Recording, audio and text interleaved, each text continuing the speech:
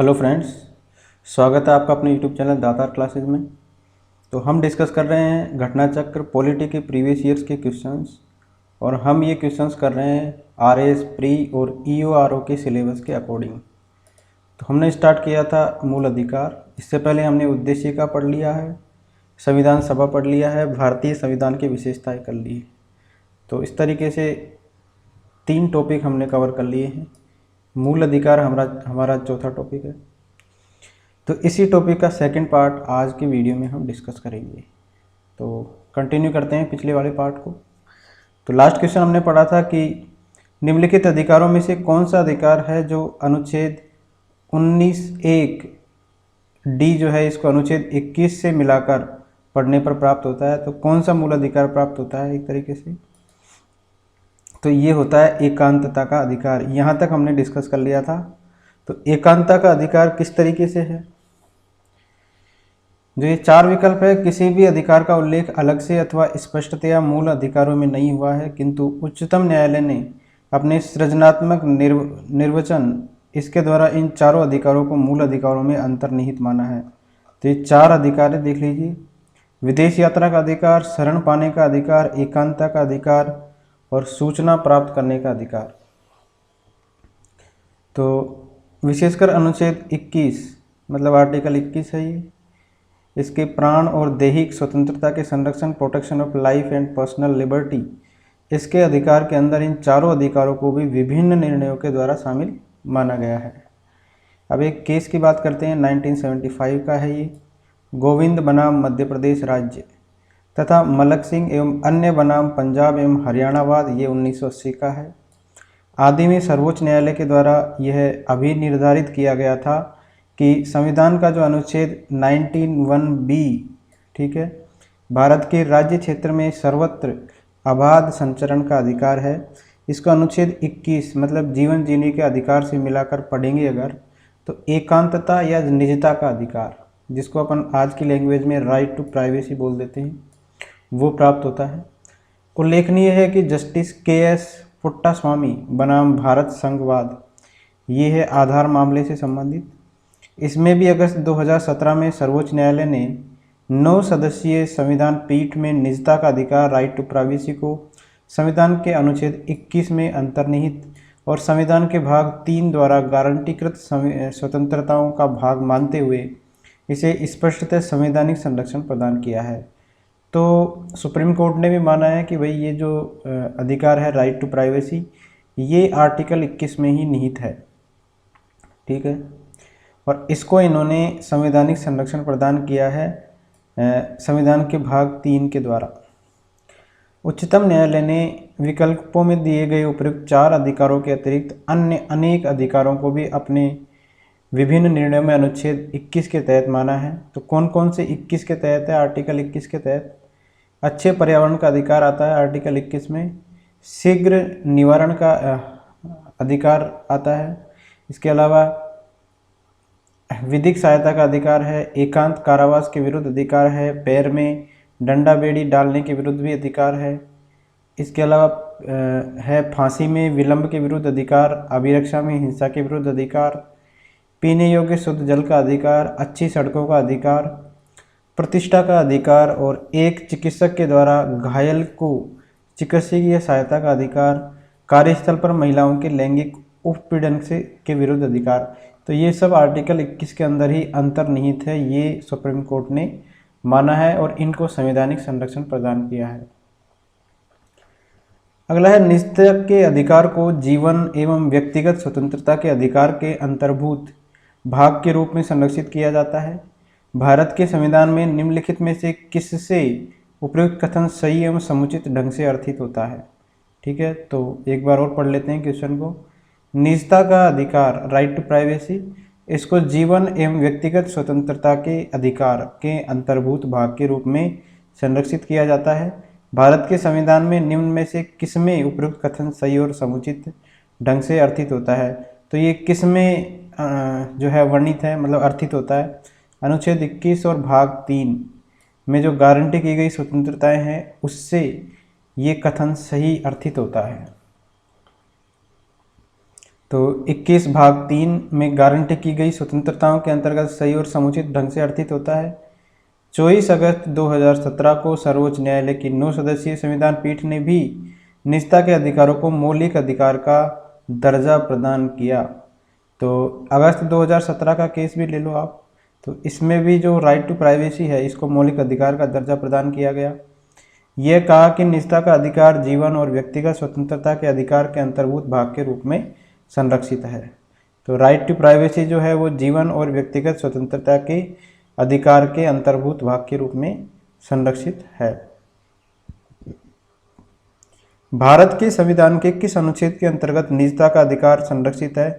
तो आर्टिकल 21 के अंदर है संरक्षित ये। भारत के संविधान का कौन सा अनुच्छेद अपनी पसंद के व्यक्ति से विवाह करने के किसी व्यक्ति के अधिकार को संरक्षण देता है? अपनी पसंद के व्यक्ति से विवाह करने का अगर कोई व्यक्ति फैसला लेता है तो उसके अधिकारों को संरक्षण कौन सा आर्टिकल देता है? तो आर्टिकल 21 देता है। ठीक है, राइट टू प्राइवेसी। तो 27 मार्च 2018 को गैर सरकारी संगठन शक्ति वाहिनी बनाम भारत संघवाद में उच्चतम न्यायालय ने जीवन साथी चुनने के अधिकारों को भी मूल अधिकार मानते हुए आर्टिकल 21 में इसको निहित किया है। ठीक है, जीवन साथी चुनने का अधिकार भी किस में आता है? आर्टिकल 21 के अंदर।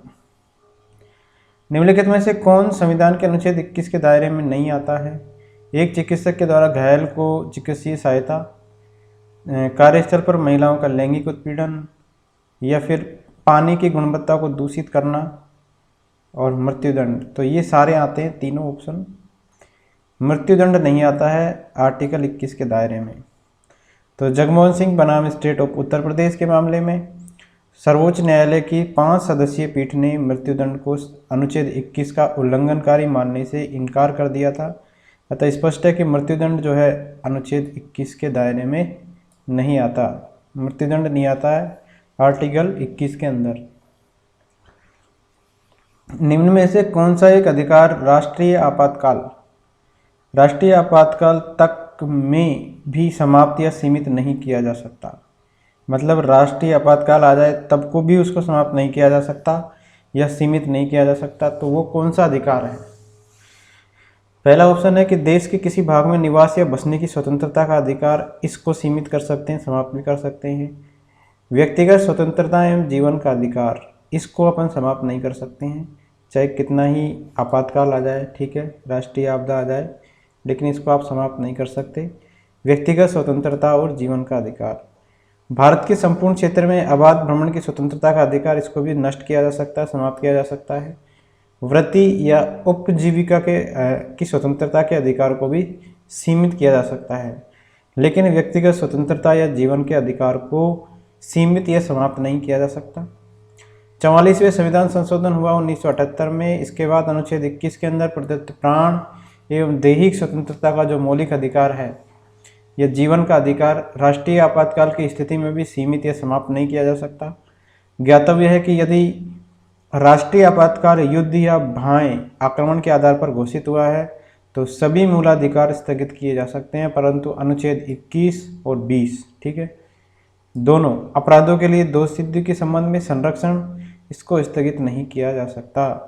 दूसरी ओर यदि सशस्त्र विद्रोह के कारण आपातकाल घोषित हुआ है, सशस्त्र विद्रोह के कारण, तो आर्टिकल जो 21 और 20 के साथ अनुच्छेद 19 में क्या है, वाक स्वातंत्र्य विषयक कुछ अधिकारों का संरक्षण है, ये भी जीवित रहता है। ठीक है, सशस्त्र विद्रोह के कारण हुआ है तो 19 को भी समाप्त नहीं कर सकते। अनुच्छेद 358 अनुच्छेद 19 के द्वारा दिए गए मूल अधिकार के निलंबन से संबंधित है। ठीक है, अनुच्छेद 358 किससे संबंधित है? अनुच्छेद 19 के द्वारा दिए गए मूल अधिकारों का सस्पेंशन से संबंधित है, जबकि अनुच्छेद 359 जो है अन्य मूल अधिकार के निलंबन, जैसे अनुच्छेद 20 और 21 द्वारा प्रदत्त अधिकारों को छोड़कर इससे संबंधित है। ठीक है, तो 2 आर्टिकल दिए गए हैं सस्पेंड करने के लिए। आर्टिकल 19 के लिए है कौन सा? 358, और 359 है आदर्श के लिए, आदर्श मूल अधिकार समाप्त करने के लिए। लेकिन किसी भी कंडीशन में आर्टिकल 20 और 21 इसको समाप्त नहीं किया जा सकता। अगला है, उच्चतम न्यायालय के किस मामले के निर्णय के कारण संविधान के अनुच्छेद 21 के कार्यक्षेत्र का विस्तार कर शिक्षा के अधिकार को उसमें शामिल किया गया था। ठीक है, तो अनुच्छेद 21 के कार्यक्षेत्र का विस्तार करके शिक्षा के अधिकार को भी इसमें शामिल किया गया। तो कौन से केस का निर्णय आया था उसके बाद ये किया गया था? तो ये हुआ था उन्नी कृष्णन बनाम आंध्र प्रदेश केस। इसके बाद में शिक्षा के अधिकारियों को भी ऐड कर लिया गया आर्टिकल 21 के अंदर। तो उच्चतम न्यायालय ने वर्ष 1993 में 14 वर्ष तक की आयु के जो बच्चे हैं इनके लिए निःशुल्क शिक्षा को अधिकार के रूप में, मतलब उन्नी कृष्णन और अन्य बनाम आंध्र प्रदेश राज्य व अन्यवाद में ये कहते हुए संगठित किया, इस देश के नागरिक को शिक्षा का मौलिक अधिकार प्राप्त है।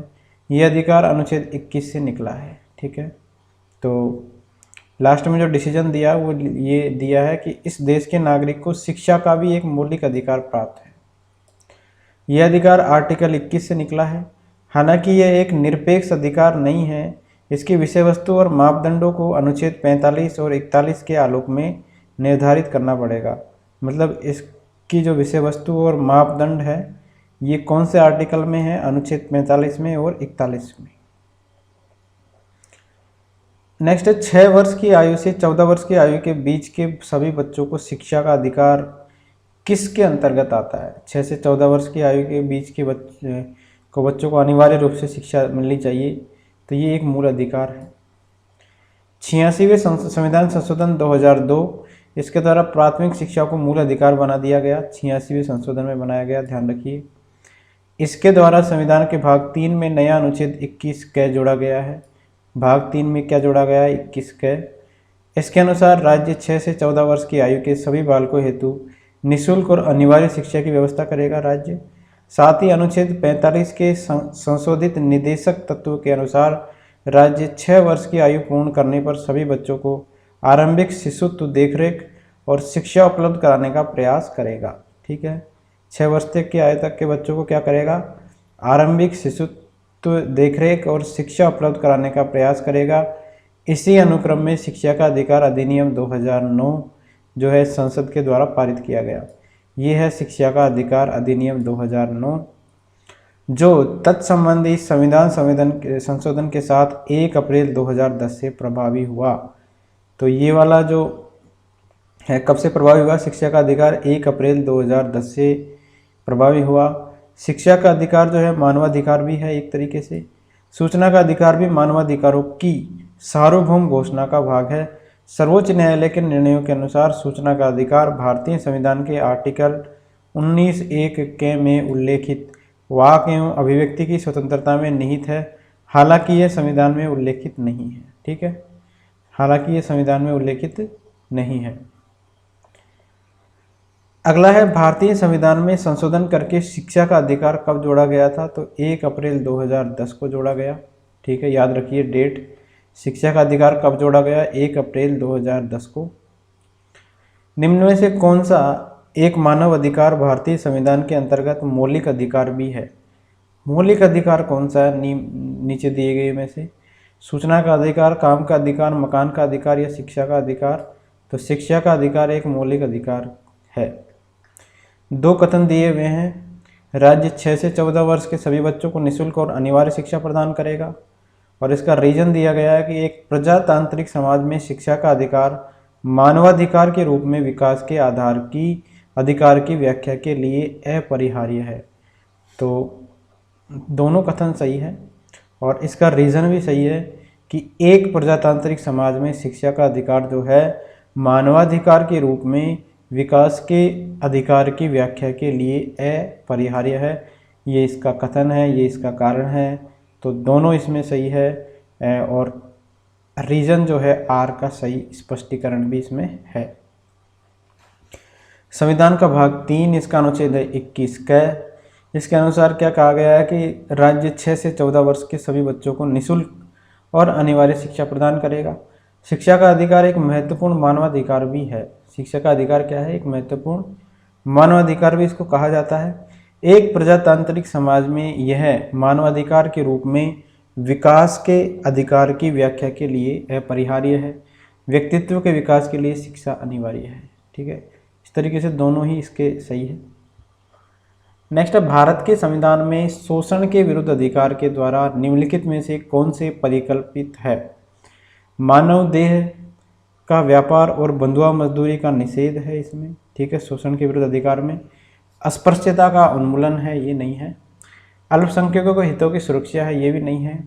कारखानों और खदानों में बच्चों के नियोजन का निषेध, तो शोषण के विरुद्ध अधिकार में 1 और 4 सही है ये, तो ऑप्शन नंबर 1 और 4।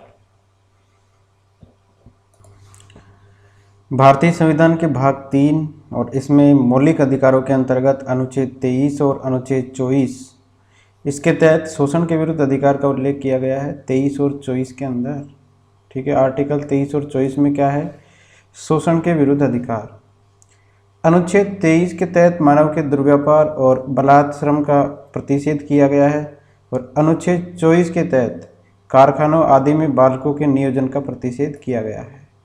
तो 23 और 24 दो के अंदर है शोषण के विरुद्ध अधिकार का उल्लेख, 23 के अंदर मानव के दुर्व्यापार और बलात्श्रम का प्रतिषेध है, और 24 के अंदर कारखानों के अंदर बालकों के नियोजन का प्रतिषेध किया गया है। तो 1 और 4 इसमें केवल सही है। भारतीय संविधान का कौन सा अनुच्छेद बच्चों के शोषण के विरुद्ध मौलिक अधिकार से संबंधित है, तो बच्चों के शोषण के विरुद्ध मौलिक अधिकार से संबंधित है आर्टिकल 24, ठीक है। आर्टिकल 23 के अंदर मानव के दुर्व्यापार और बलात्श्रम का प्रतिषेध है, और बालकों के नियोजन का प्रतिषेध किसमें है, आर्टिकल 24 में। तो 24 के अनुसार क्या है कि 14 वर्ष से कम आयु के किसी भी बालक को किसी कारखाने या खान में काम करने के लिए नियोजित नहीं किया जाएगा, या किसी अन्य परिसंकट में नियोजन में नहीं लगाया जाएगा। तो 14 साल के बच्चे को आप किसी भी कारखाने में नहीं लगा सकते। भारत के संविधान का अनुच्छेद 24 जोखिमपूर्ण कार्यों से संबंधित कारखानों में बालकों के नियोजन को निषेध करता है। ऐसा निषेध है, ठीक है। ऐसा निषेध कौन सा है, तो पूर्ण निषेध करता है, मतलब ये आर्टिकल, तो पूर्ण निषेध आंसर हो जाएगा इसका। भारत के संविधान का अनुच्छेद 24 जोखिमपूर्ण जो कार्य है इससे संबंधित कारखानों में बालकों के नियोजन का पूर्ण निषेध, एब्सोल्यूट प्रोहिबिशन करता है।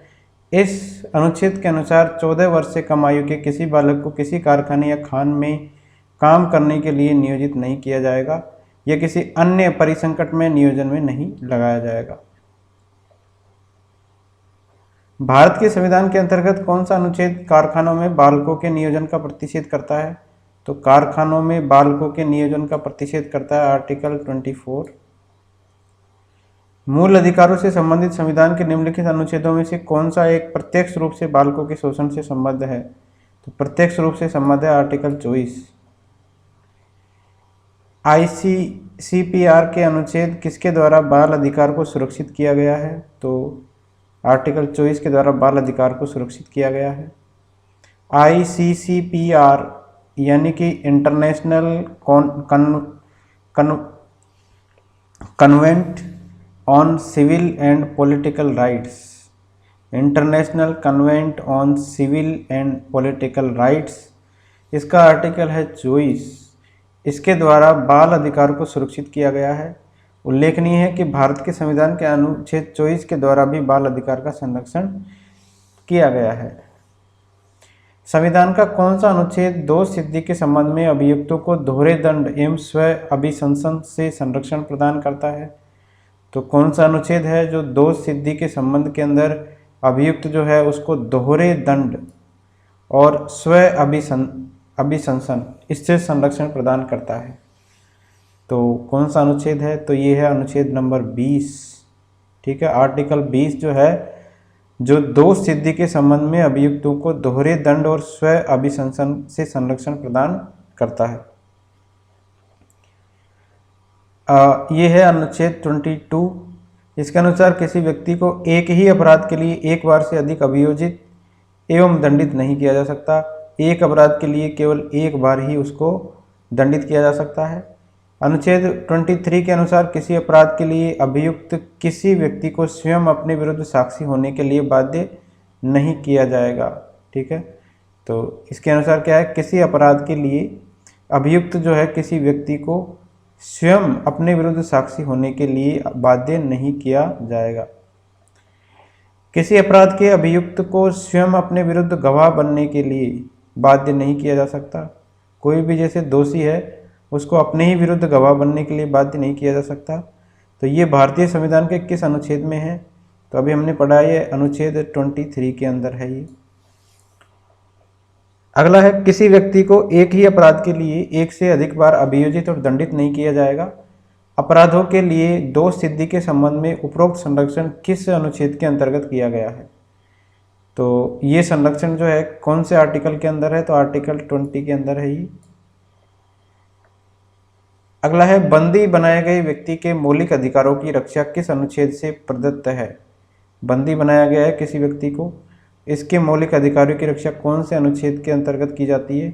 तो ये की जाती है आर्टिकल 22 के अंतर्गत। ठीक है, तो आर्टिकल जो ये है 22, इसमें कुछ दशाओं में गिरफ्तारी और निरोध से संरक्षण प्रदान किया गया है।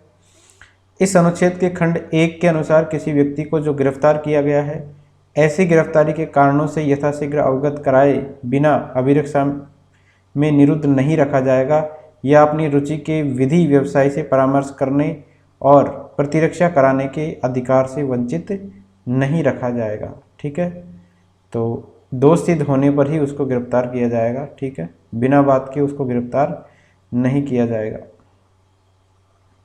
तो ये है आर्टिकल 20 और इसके खंड 1 के अनुसार ये है। तो कौन सा सम्मिलित नहीं है इसमें? देखिए 22(1) में है, स्वयं की पसंद के अभिवक्ता द्वारा प्रतिरक्षा का अधिकार है। सही है ये। तो जो भी विक्टिम है उसको अधिकार है कि वो अपना अधिवक्ता चुन सके। आर्टिकल 22(4) के अंदर है, निवारक निरोध का उपबंध करने वाली कोई विधि 3 माह से अधिक निरुद्ध किया जाना प्राधिकृत नहीं करेगी। तो ये भी आर्टिकल 22(4) में लिखा हुआ है। 22(1) में लिखा हुआ है कि गिरफ्तार किए गए व्यक्ति को गिरफ्तारी के कारणों को यथासंभव शीघ्रातिशीघ्र बताए बिना अभिरक्षा में नहीं रखा जाएगा। तो कारण बताना पड़ेगा उसको गिरफ्तार करने के लिए। और 22(2) का जो है ये वाला इसमें मैच नहीं कर रहा। तो 22(2) के अनुसार क्या है, संसद विधि के द्वारा उन परिस्थितियों का निर्धारण करेगी जिसके अंतर्गत 3 माह से अधिक निरुद्ध किया जा सकेगा। तो 22(2) का सही है कि प्रत्येक व्यक्ति को जो गिरफ्तार किया गया है और अभिरक्षा में निरुद्ध रखा गया है, गिरफ्तारी के स्थान से मजिस्ट्रेट के न्यायालय तक यात्रा के लिए आवश्यक समय को छोड़कर ऐसी गिरफ्तारी से 24 घंटे की अवधि में निकटतम मजिस्ट्रेट के समक्ष पेश किया जाएगा और ऐसे व्यक्ति को मजिस्ट्रेट के प्राधिकार के बिना उक्त अवधि से अधिक अवधि के लिए अभिरक्षा में निरुद्ध नहीं रखा जाएगा। तो 24 घंटे तक उसको गिरफ्तार रखा जा सकता है। अनुच्छेद 22(7) इसके अंदर यह प्रावधानित है कि संसद विधि के द्वारा उन परिस्थितियों का निर्धारण कर सकेगी जिसके अंतर्गत 3 माह से अधिक निरुद्ध किया जा सकेगा। अन्य प्रसंगत युग्म सारे सुमेलित है, ये 2 वाला सुमेलित नहीं था। तो और इसका अपन ने सुमेलित करेंगे तो इसमें 24 घंटे की अवधि वाला ऑप्शन आएगा।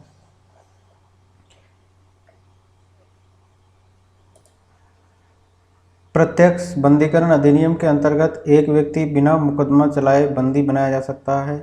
कितने दिनों तक बंदी बनाया जा सकता है प्रत्यक्ष बंदीकरण अधिनियम के अंतर्गत? तो 3 माह के लिए उसको बिना मुकदमा चलाए बंदी बनाया जा सकता है।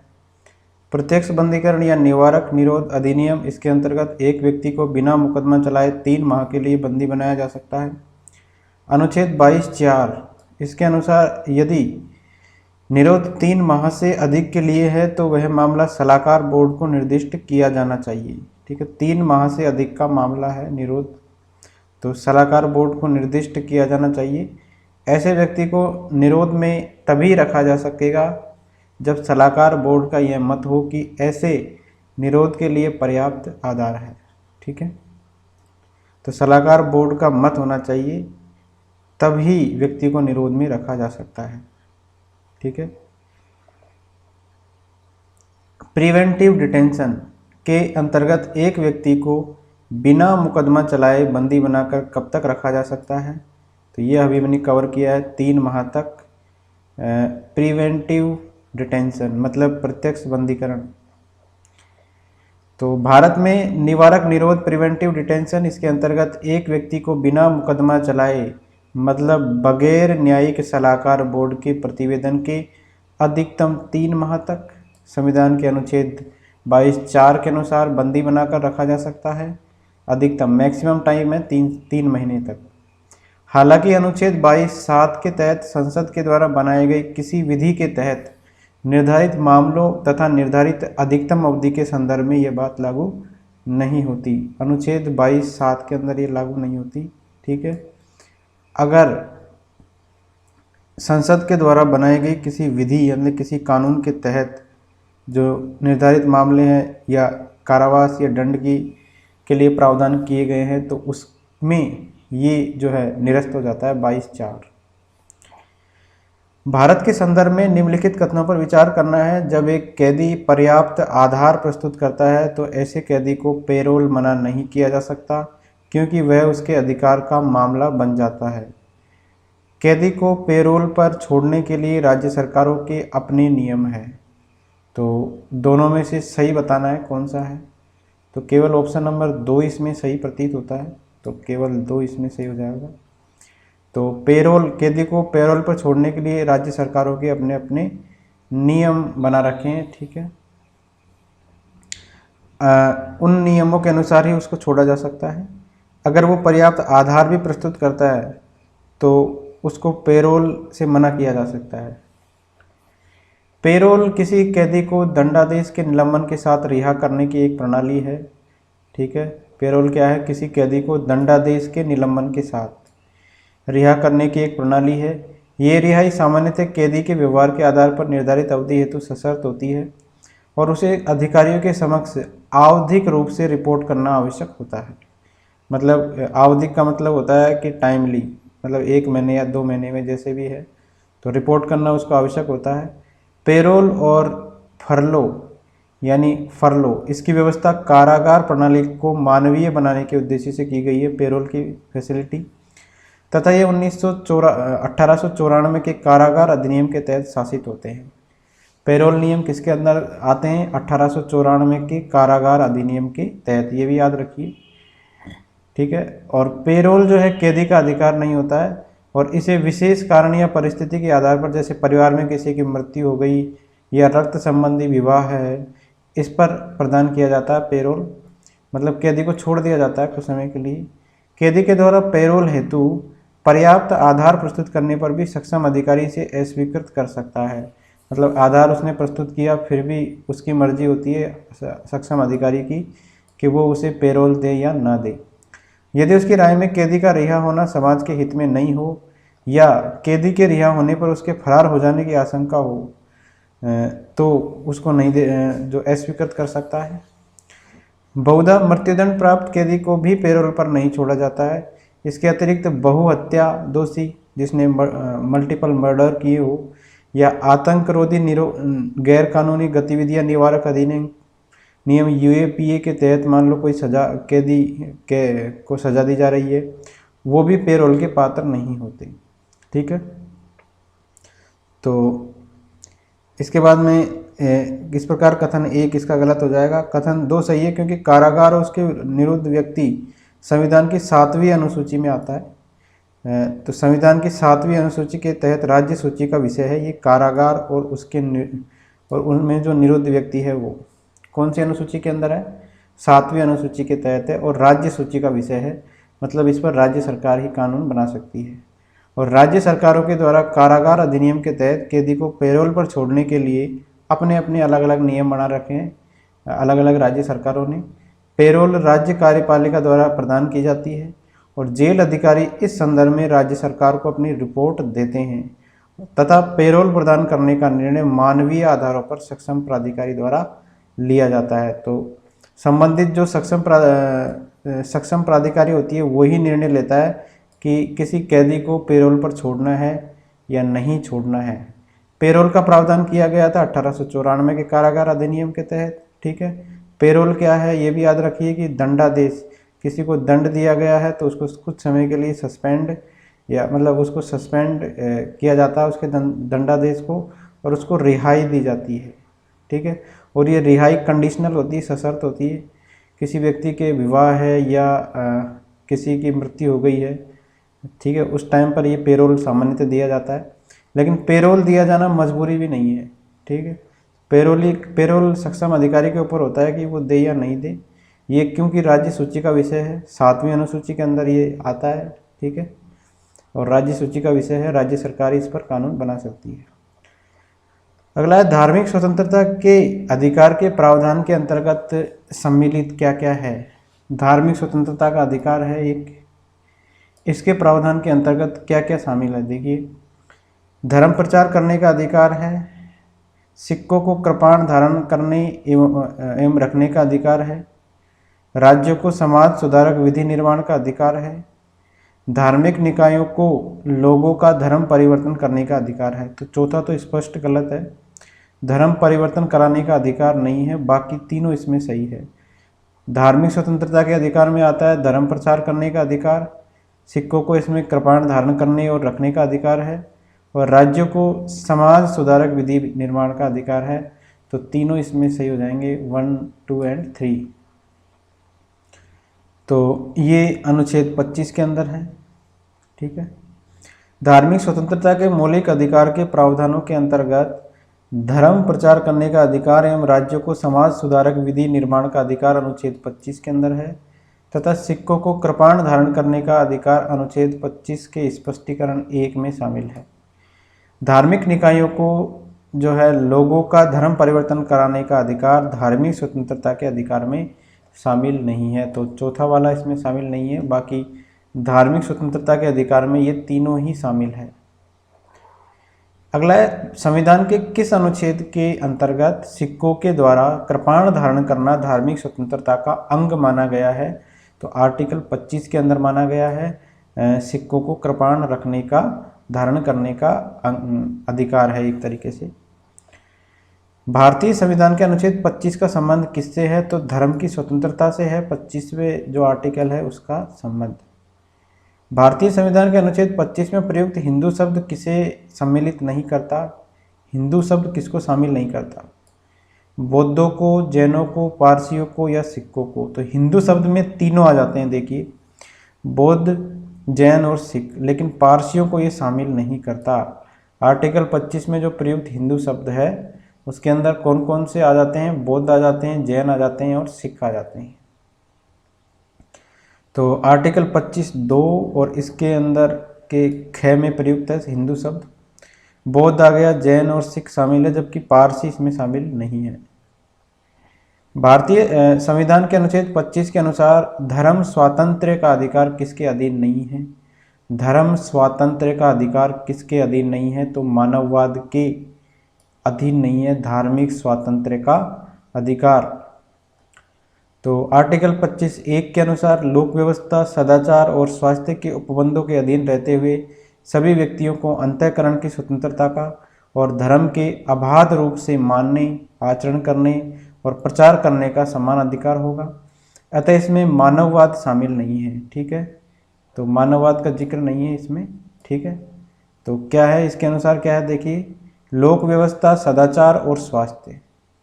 तो स्वास्थ्य वर्ड आ गया इसके अंदर, के उपबंधों के अधीन रहते हुए सभी व्यक्तियों को अंतःकरण की स्वतंत्रता का और धर्म के अबाध रूप से मानने, आचरण करने और प्रचार करने का समान अधिकार प्राप्त होगा।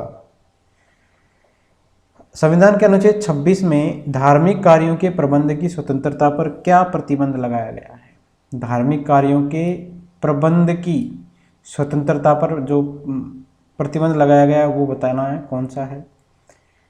तो लोक व्यवस्था पर क्या प्रतिबंध लगाया गया है, लोक व्यवस्था का प्रतिबंध लगाया गया है, राष्ट्रीय सुरक्षा का प्रतिबंध लगाया गया है, शिक्षा का लगाया गया है, सदाचार का, स्वास्थ्य का या धर्मनिरपेक्षता का। तो आर्टिकल 26 में जो धार्मिक कार्यों के प्रबंध की स्वतंत्रता पर प्रतिबंध लगाया गया है वो लगाया गया है लोक व्यवस्था का, एक लगाया गया है आपके सदाचार का और एक लगाया गया है स्वास्थ्य का। ठीक है, तो धार्मिक कार्यों के प्रबंध की स्वतंत्रता पर लोक व्यवस्था का, सदाचार का और स्वास्थ्य का प्रतिबंध लगाया गया है। निम्नलिखित में से कौन सा एक सम्मिलित नहीं है? आर्टिकल 23 मानव के दुर्व्यापार एवं बलात् श्रम का प्रतिबंध करता है, सही है, मैच है ये। आर्टिकल 24 है तो ये कारखानों आदि के अंदर बालकों के नियोजन का प्रतिषेध करता है, ये भी सही है। आर्टिकल 26 की बात करें तो धार्मिक कार्यों के प्रबंध की स्वतंत्रता से संबंधित है, मतलब ये आर्टिकल 26 ये भी सही है। आर्टिकल 29 है वो शिक्षण संस्थाओं की स्थापना और प्रशासन करने का अल्पसंख्यक वर्गों का अधिकार है, ये 29 से नहीं प्राप्त होता, ठीक है। ये अनुच्छेद 30 से प्राप्त होता है, तो ये डी आंसर इसका सही हो जाएगा। ये मैच नहीं है, बाकी सारे मैच हैं। तो अल्पसंख्यकों को शिक्षा संबंध संस्थाओं की स्थापना और प्रशासन का अधिकार अनुच्छेद 30 से प्राप्त होता है। अनुच्छेद 29 में क्या है? अल्पसंख्यक वर्गों के हितों का संरक्षण इसके अंदर दिया गया है। अनुच्छेद 29 में क्या दिया गया है? अल्पसंख्यक वर्गों के हितों का संरक्षण से संबंधित है ये। अनुच्छेद 23 मानव के दुर्व्यापार और बलात् श्रम के प्रतिबंध से है। अनुच्छेद 24 कारखानों आदि में बालकों के नियोजन पर प्रतिबंध से है। अनुच्छेद 26 की बात करें तो धार्मिक कार्यों के प्रबंध की स्वतंत्रता से इसका संबंध है। और अनुच्छेद 32 संवैधानिक उपचारों के अधिकार से संबंधित है। तो 32 किससे संबंधित है? संवैधानिक उपचारों के अधिकार से संबंधित। जबकि अनुच्छेद 31 की बात करें तो संपत्ति का अनिवार्य अर्जन से संबंधित था, जिसको 44वें संविधान संशोधन के द्वारा हटा दिया गया, मतलब 1978 में इसको हटा दिया अनुच्छेद 31 को, ठीक है। अनुच्छेद 31 था धन या संपत्ति का अधिकार था, एक तरीके से उसको हटा दिया। अगला निम्नलिखित युग्मों में से कौन सा सही सम्मिलित नहीं है? मानव के दुर्व्यापार एवं बलात् श्रम पर प्रतिषेध 23 में है, आर्टिकल में, सही है। अल्पसंख्यक वर्गों के हितों का संरक्षण 29 में है, सही है। संवैधानिक उपचारों का अधिकार 32 में है, ये भी सही है। शिक्षण संस्थाओं की स्थापना तथा प्रशासन करने का अल्पसंख्यक वर्गों का अधिकार, ये आर्टिकल 31 में नहीं है, ये 30 में है, तो डी ऑप्शन इसका सही हो जाएगा। भारतीय संविधान का कौन सा अनुच्छेद अल्पसंख्यकों को अपनी मनपसंद शिक्षण संस्थाओं को स्थापित एवं संचालित करने के अधिकार को संरक्षण प्रदान करता है? यानी अपनी मनपसंद शिक्षण संस्थाओं को स्थापित कर सकते हैं और संचालित कर सकते हैं अल्पसंख्यक। तो ये आर्टिकल है आर्टिकल नंबर 30। तो 30 के तहत अपनी रुचि की शिक्षा संस्थाओं की स्थापना और प्रशासन करने का अधिकार धर्म एवं भाषा पर आधारित सभी अल्पसंख्यक वर्गों को प्रदान किया गया है। अगला है भारतीय संविधान के निम्नलिखित में से किस अनुच्छेद में ये व्यवस्था की गई है कि सभी अल्पसंख्यकों को अपनी रुचि की शिक्षण संस्थाओं की स्थापना और प्रशासन का अधिकार होगा? तो सभी अल्पसंख्यकों को अपनी रुचि की शिक्षण संस्थाओं की स्थापना और प्रशासन का अधिकार होगा। ये कौन से आर्टिकल के अंतर्गत है? तो अभी हमने पढ़ा है ये आर्टिकल 30।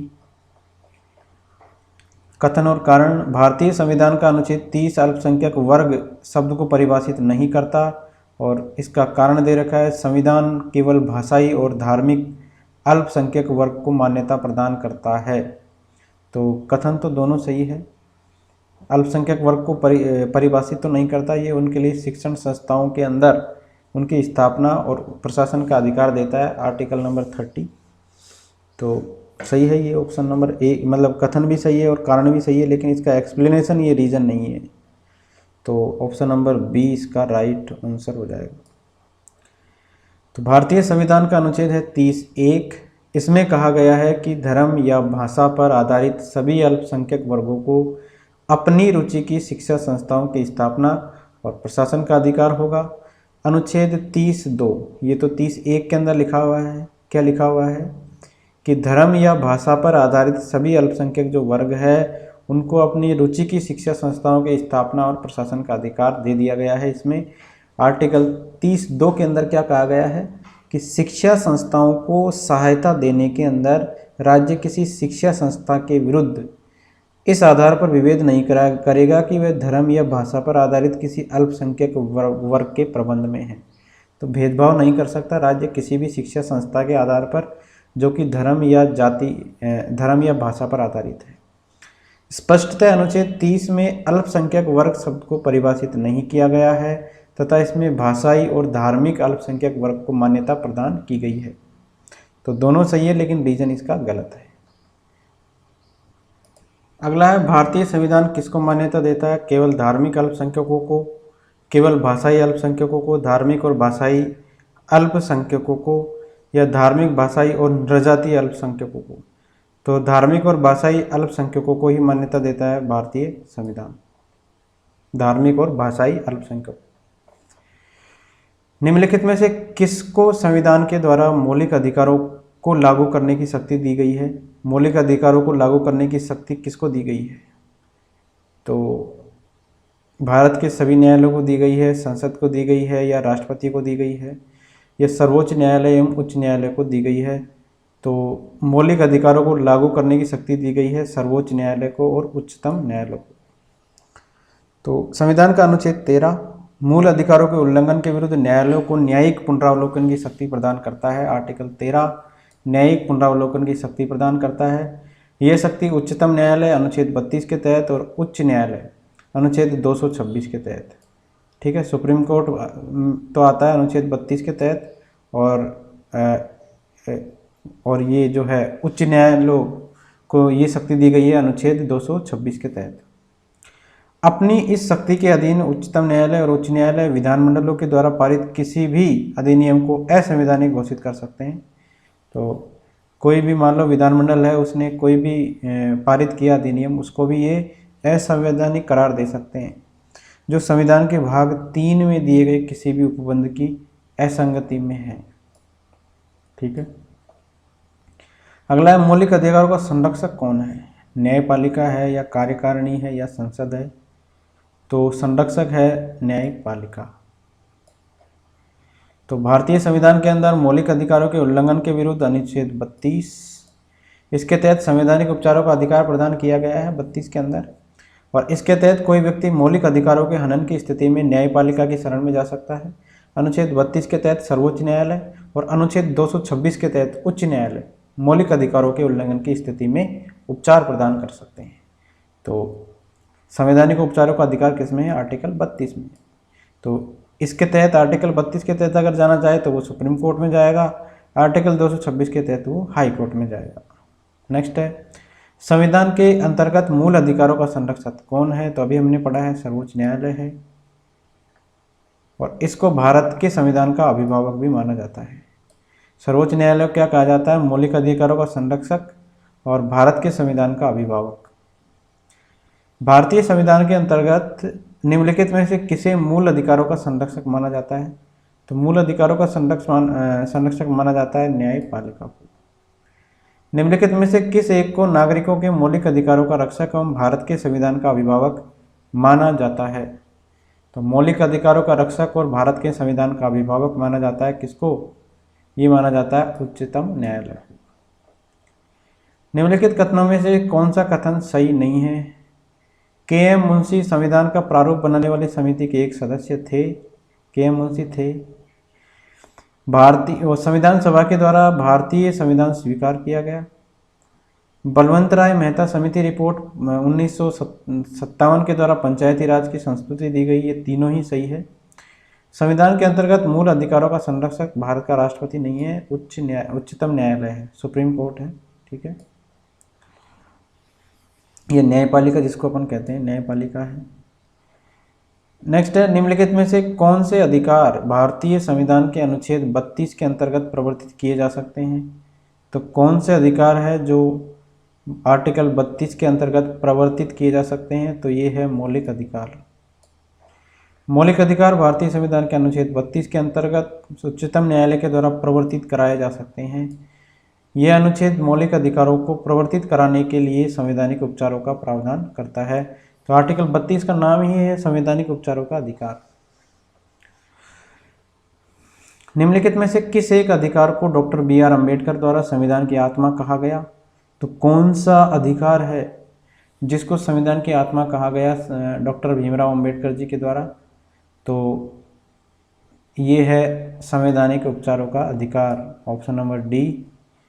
तो भीमराव अम्बेडकर ने अनुच्छेद 32 यानी संवैधानिक उपचारों के अधिकार को संविधान की आत्मा कहा। उनका कथन है कि यदि मुझसे पूछा जाए कि संविधान में कौन सा विशेष अनुच्छेद सबसे महत्वपूर्ण है जिसके बिना यह संविधान शून्य हो जाएगा, तो मैं इसके सिवाय किसी दूसरे अनुच्छेद का नाम नहीं लूँगा। संविधान की आत्मा है, यह तथ्य उल्लेखनीय है कि संविधान की उद्देशिका को भी संविधान की आत्मा माना गया है। संविधान का अनुच्छेद 32 संवैधानिक उपचार का अधिकार प्रदान करता है। इसका उद्देश्य मूल अधिकारों के संरक्षण हेतु गारंटी एवं प्रभावी, सुलभ और संज्ञेय उपचारों की व्यवस्था करना है। ठीक है, नेक्स्ट है कथन और कारण। संविधान के अनुच्छेद 32 को डॉक्टर अंबेडकर ने आत्मा कहा है, सही है।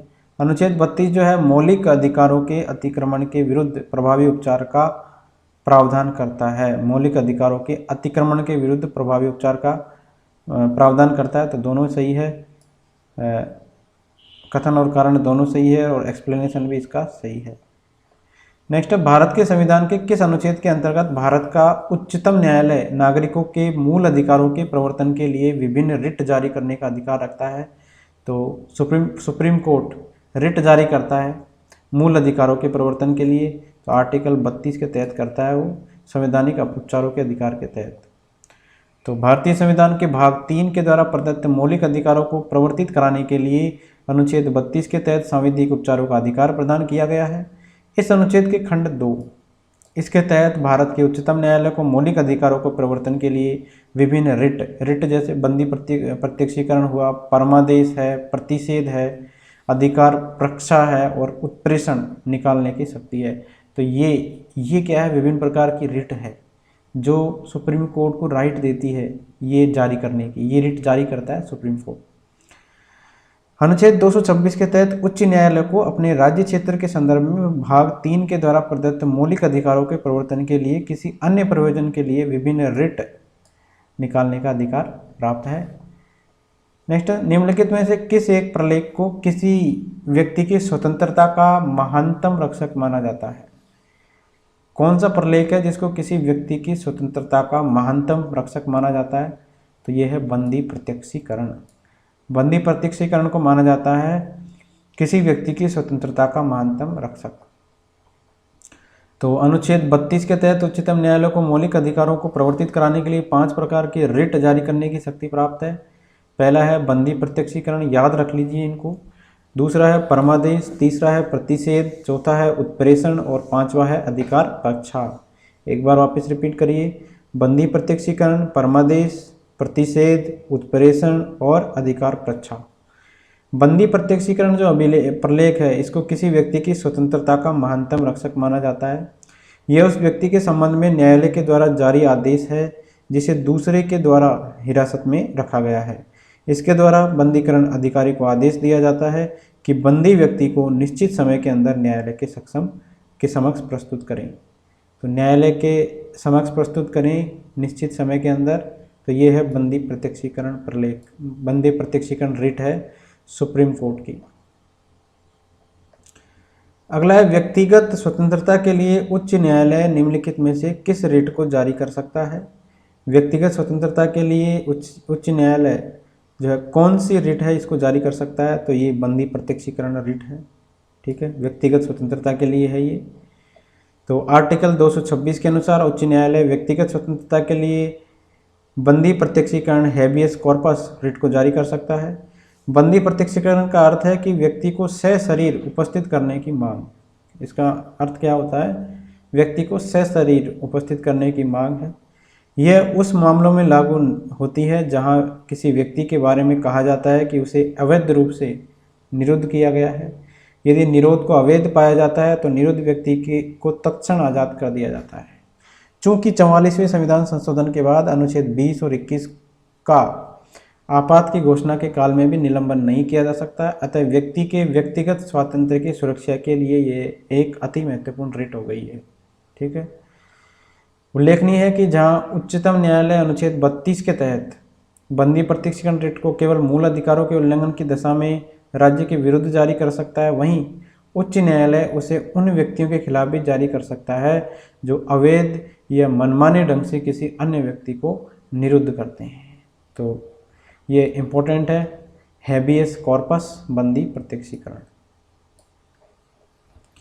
अगला है व्यक्तिगत स्वतंत्रता के अधिकार के लिए निम्नलिखित में से कौन सी रिट याचिका दायर की जा सकती है? तो कौन सी रिट याचिका दायर की जा सकती है? तो हैबियस कॉर्पस, व्यक्तिगत स्वतंत्रता के अधिकार के लिए। नेक्स्ट क्वेश्चन है, सुमेलित करना है बंदी प्रत्यक्षीकरण, परमादेश, प्रतिषेध, उत्प्रेषण और अधिकार प्रच्छा। तो सही सुमेलन देखिए, बंदी प्रत्यक्षीकरण का अर्थ है हमें शरीर चाहिए, परमादेश है हम आदेश देते हैं, और प्रतिषेध का है अधीनस्थ न्यायालय का लेख, उत्प्रेषण है पूर्णतया सूचित कीजिए, और अधिकार प्रच्छा है किस अधिकार से। तो ये रिट है सारी जो सुप्रीम कोर्ट जारी करता है, और इनका यहाँ पर ये अर्थ दिया हुआ है। तो बंदी प्रत्यक्षीकरण मतलब हमें शरीर चाहिए, परमादेश मतलब हम आदेश देते हैं, प्रतिषेध का मतलब है अधीनस्थ न्यायालय का लेख, उत्प्रेषण का मतलब है पूर्णतया सूचित करना है, और अधिकार प्रच्छा का मतलब है किस अधिकार से। तो रिमेनिंग क्वेश्चंस हम कल के वीडियो में कवर करेंगे। Thank you friends.